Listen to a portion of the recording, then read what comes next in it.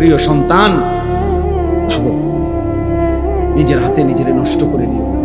মোবাইলের ওই নারী তোমারে কিছু দিবে না, সে জীবনেও কাউকে কিছু দেয় না, সে তার রূপ বিক্রি করছে।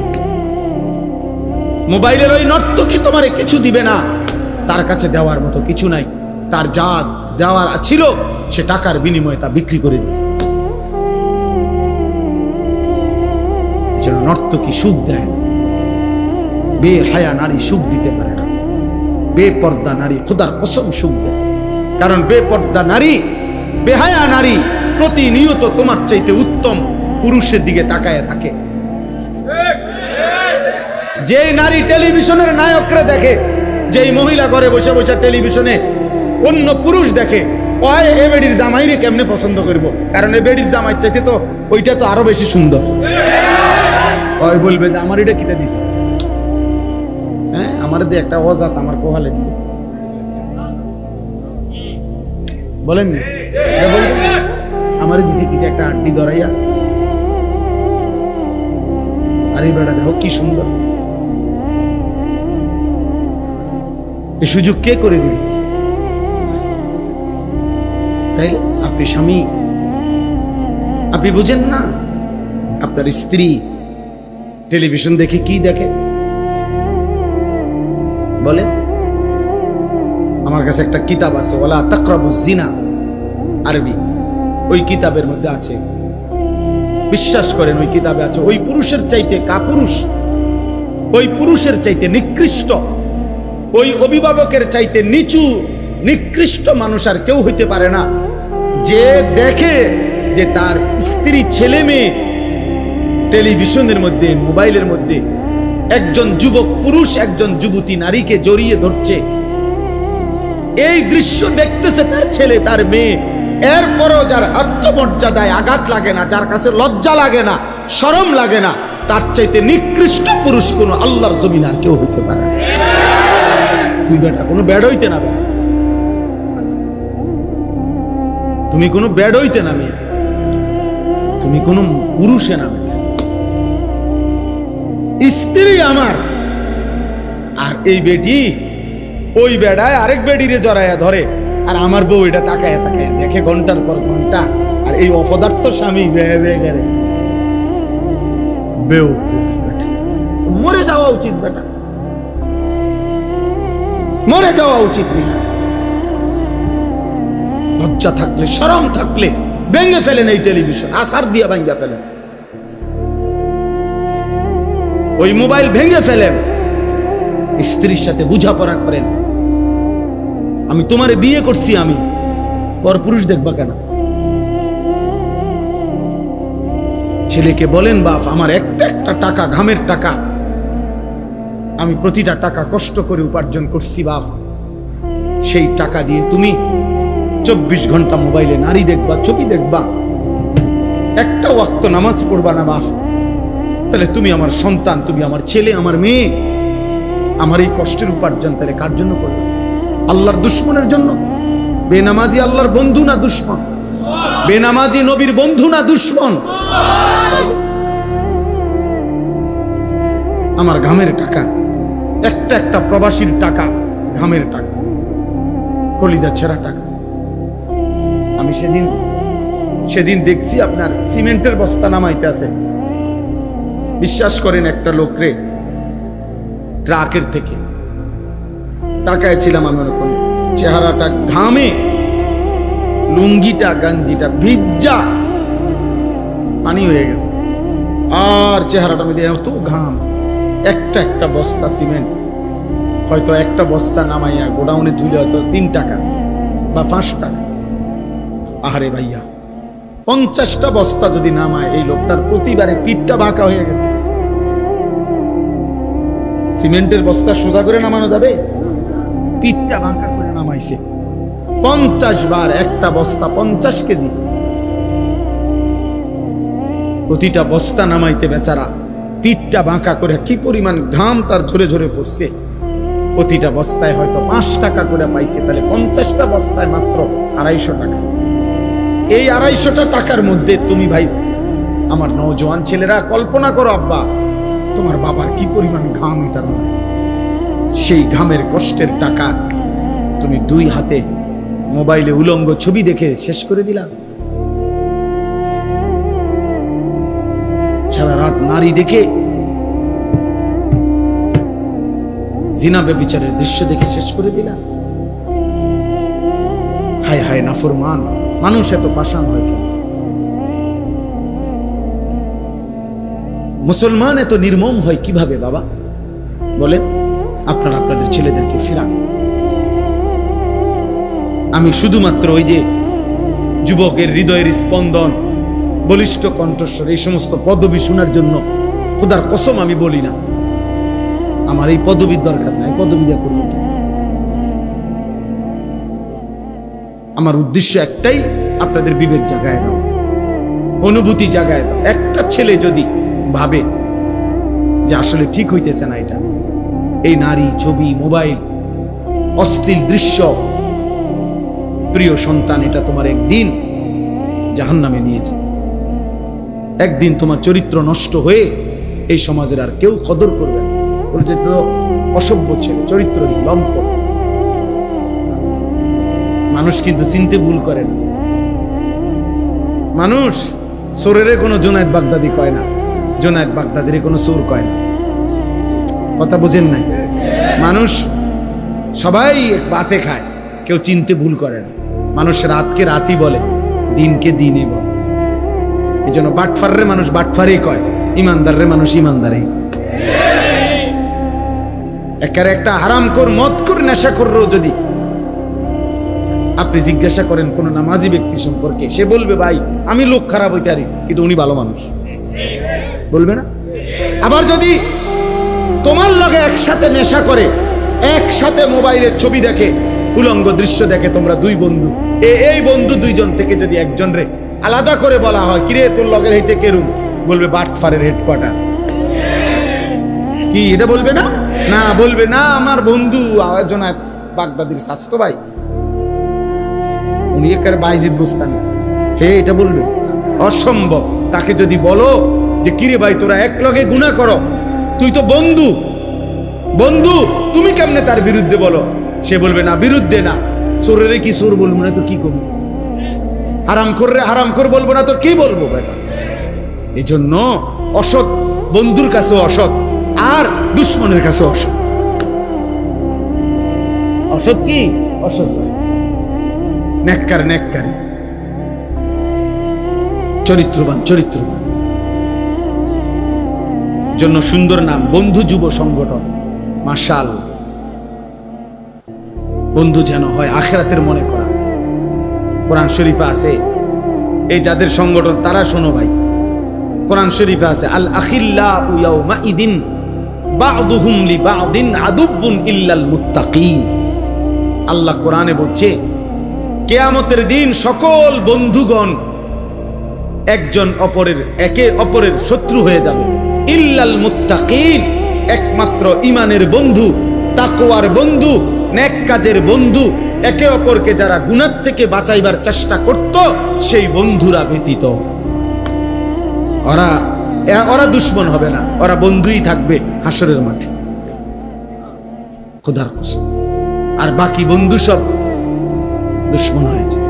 মোবাইলের বন্ধু, বিকালের বন্ধু, খেলার বন্ধু, মোটরসাইকেলের বন্ধু, আড্ডার বন্ধু, জিনা ব্যভিচারের বন্ধু, মদ জুয়ার আসরের বন্ধু, হ্যাঁ গল্প গুজবের বন্ধু, ব্যবসার বন্ধু, পার্টনার, এগুলো সব দুশ্মন হয়ে যাবে। আল্লাহ বলছে একমাত্র যারা মুত্তাকি, তাকওয়ার ভিত্তিতে বন্ধু করত, ইমানের ভিত্তিতে আল্লাহর ইবাদত, এক বন্ধু আরেক বন্ধুকে নামাজের জন্য ডাকতো। আমার দুই পরিচিত যুবক ভাই আছে, যাদের মধ্যে একজন ফার্মেসি আছে, আরেকজন ল্যাব তোষকের ব্যবসা করে। ওরা দুই বন্ধু মিলে তাদের মহল্লার ছেলেদেরকে ফজরের নামাজের জন্য উঠায়। আলহামদুলিল্লাহ, ওরা বলছে আমারে যে হুজুর 2 মাসের চেষ্টায় প্রায় 240 জন বন্ধু আমাদের ফজরের নামাজ জামাতে পড়ে। ওদের এরকম কাগজ আছে, হ্যান্ডবিল, লিফলেট আছে, ওই লিফলেটের প্রত্যেকটা 300 লিফলেট আমারে দেখাইছে, সুন্দর সুন্দর বাণী লেখা। তো প্রত্যেকটার নিচে লেখা আছে সৌজন্যে বেনামাজিকে খুঁজে বেড়াই, নামাজিকে বন্ধু বানাই। এটা দেখো সংগঠন, সংগঠনের নাম। আমার গাড়িতেও আছে এই কাগজ, এ ওরা আমার দিছে। বেনামাজিকে খুঁজে বেড়াই, নামাজিকে বন্ধু বানাই। বন্ধু হবে নামাজি, বন্ধু হবে নামাজি। ইন্নামা ওয়ালিয়্যুকুমুল্লাহু ওয়া রাসূলুহু ওয়াল্লাযীনা আমানুল্লাযীনা ইউকিমুনাস সালাহ। সরাসরি কোরআনের আয়াত। রব্বুল আলামিন বলে, নিশ্চয়ই তোমাদের বন্ধু হবে কে? এক নম্বরে আল্লাহ। মুমিনের প্রথম বন্ধু কে? আবার বলেন, আবার বলেন। দুই নম্বরে ওয়া রাসূলুহু, আল্লাহর রাসূল মুহাম্মদ আরবি সাল্লাল্লাহু আলাইহি ওয়াসাল্লাম। জন্য হাদিসের মধ্যে আছে, সাহাবারা প্রায় সময় বলতেন, আমার বন্ধু আমার মুহাম্মদ, আমার নবী আমাকে বলছেন, এভাবে বলতেন, আওসানি খলিলি। আবু হুরায়রা বলতেন, আমার খলিল, আমার বন্ধু, আমার মদিনার বন্ধু মুহাম্মদ সাল্লাল্লাহু আলাইহি সাল্লাম এই কথাটা আমাকে বলেছেন। এভাবে বলতেন। নবীজিকে কি বলতেন? আমার বন্ধু। আওসানি খলিলি, আমার খলিল, আমার বন্ধু আমাকে বলছে। হাযা সাহিবু নবীনা, ওসমান রাদিয়াল্লাহু আনহু বলছে, আমার বন্ধু, আমার সাথী, আমার নবী, আমার বন্ধু, আমার মুহাম্মদ সাল্লাল্লাহু আলাইহি সাল্লাম এভাবেই আমল করছেন। এভাবে বলতেন সাহাবী। আল্লাহ বলছে মুমিনের দ্বিতীয় বন্ধু রাসূলুল্লাহ সাল্লাল্লাহু আলাইহি ওয়াসাল্লাম। তিন নাম্বার কোরআন শরীফের আয়াত ভাইয়া, আল্লাহ বলছে ওয়াল্লাযীনা আমানুল্লাযীনা ইউকিমুনাস সালাহ। সরাসরি কোরআনের আয়াত। আল্লাহ বলে মুমিনের তৃতীয় বন্ধু হলো ওই সমস্ত ঈমানদার যারা 5 ওয়াক্ত নামাজ আদায় করে। 5 ওয়াক্ত নামাজ আদায়। এজন্য ফাসিক কাফের তো মুমিনের বন্ধু হতেই পারে না, মুশরিক মুমিনের বন্ধু হইতে পারে না, মুনাফিক মুমিনের বন্ধু হইতে পারে না, হিন্দু মুমিনের বন্ধু হইতে পারে না, বৌদ্ধ মুমিনের বন্ধু হইতে পারে না, ইহুদি মুমিনের বন্ধু হইতে পারে না, খ্রিস্টান মুমিনের বন্ধু হইতে পারে না। এমনকি কোন ফাসিক, পাকি, পাপী, মোমেন দাবিদার, মুসলমান দাবিদার পাপী, সুদখোর, ঘুষখোর, হারামখোর, জেনাখোর, বেবিচারী, মদখোর, গাঁজাখোর, ফুট্টাখোর, বাবাখোর, ডাইলখোর, হারামখোর, এরা ঈমানদারের বন্ধু হইতে পারেন না।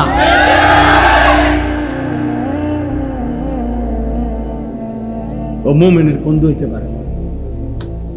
ইন্নামা ওয়ালিয়্যুকুমুল্লাহ, আল্লাহ বলছে মুমিন তোমার বন্ধু হবে আল্লাহ। ভালোবাসবা আল্লাহকে, ওয়া রাসূলুহু, রাসূলকে, ওয়াল্লাযীনা আমানুল্লাযীনা ইউকিমুনাস সালাহ, 5 ওয়াক্ত নামাজ আদায় করে এমন মুমিনকে। তাহলে বাকিদের সাথে কি চলবে না? চলবে। দুনিয়ার আয় রোজগার, লেনদেন, চাকরি, ব্যবসা, ক্ষেত খামার, কোনো কাজ সম্পাদনের জন্য যে কারোর সাথে করা যাবে, কিন্তু বন্ধুত্ব হৃদয়ের মধ্যে জায়গা, এটা কোনো নাফরমানকে দেওয়া যাবে না। বুঝছেন? বন্ধু তো হৃদয়ে, ভালোবাসা তো হৃদয়ে।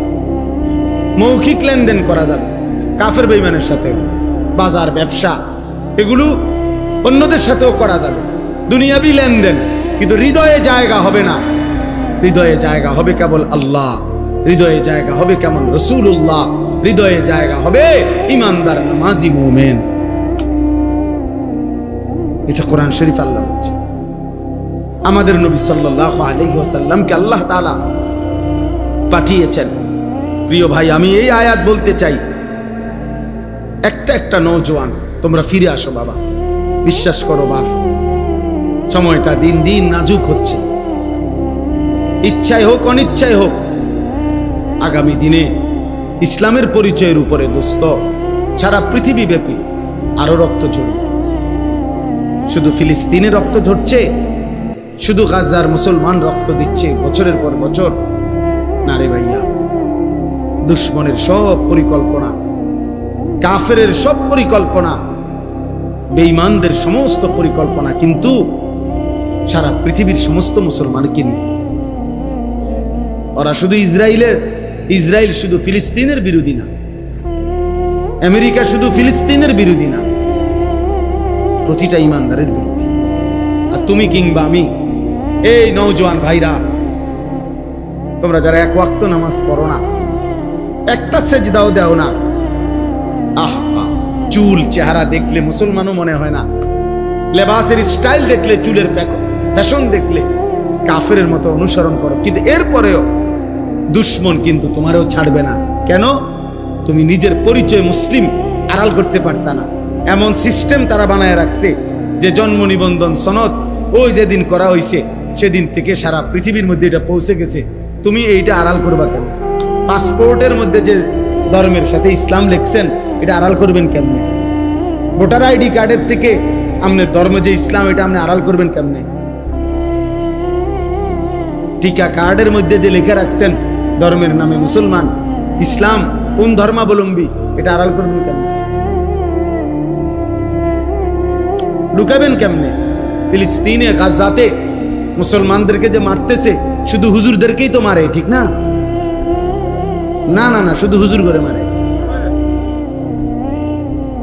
শুধু হুজুর করে মারে।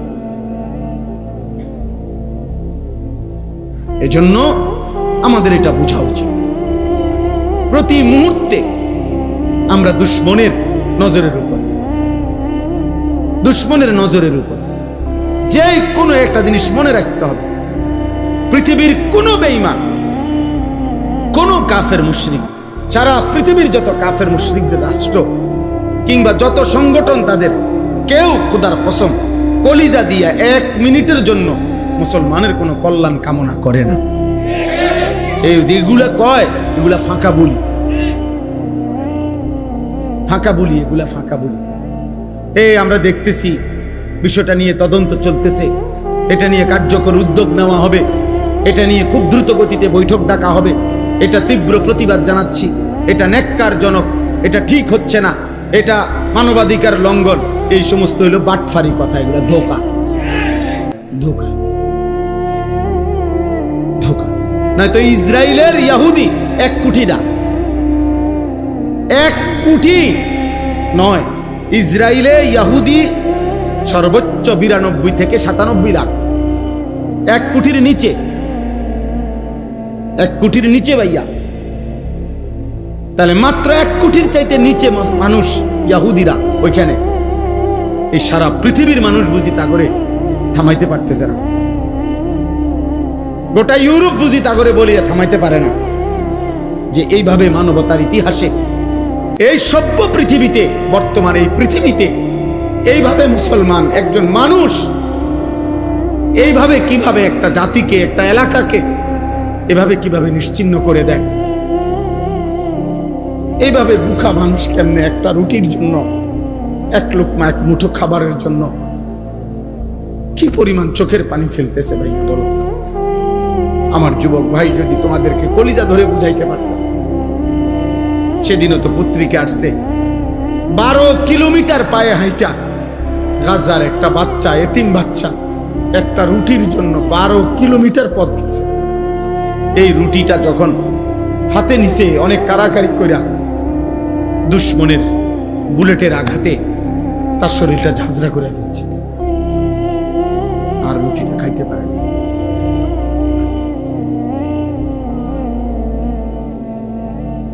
তোমরা দেখো, ছবি দেখো বাবা, তোমরা নারী দেখো, তোমাদের আর নারী দেখা শেষ হলো না, তোমাদের উলঙ্গ ছবি দেখা শেষ হলো, তোমাকে মোবাইলের নেশাই আর গেল না, তোমাকে চুলের ফ্যাশন, তোমাদের চুল ঠিক করতে, চুল আশ্রাইতে, চুল কাটাইতে চলে যায় 500 টাকা, 1000 টাকা।